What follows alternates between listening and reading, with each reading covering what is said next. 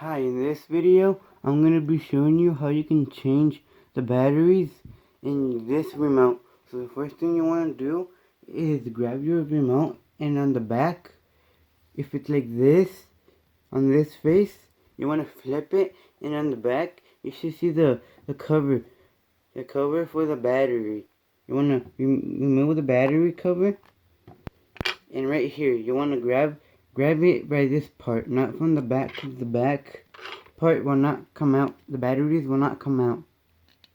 You see, they're not coming out. What you want to do is grab it from the top. The top. Don't grab it from where the spring is located, because that will not come out.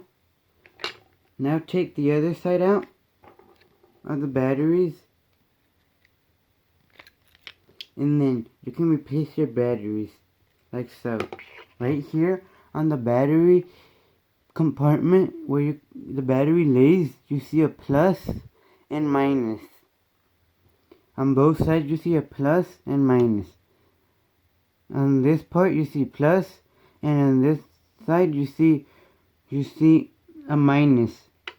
On the battery you see a plus icon right there.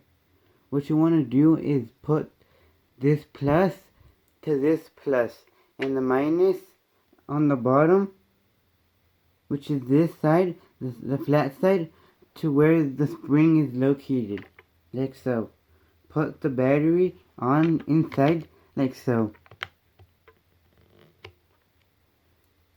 Next, you want to add the second battery, like so. Just make sure this end is facing downwards. The opposite from this end. And now you want to put your battery cover on and make sure the batteries work. Like so. I'm going to test it and see that the batteries work. Because you see there's a little green light that shows up when I'm pressing buttons. See, the lights work.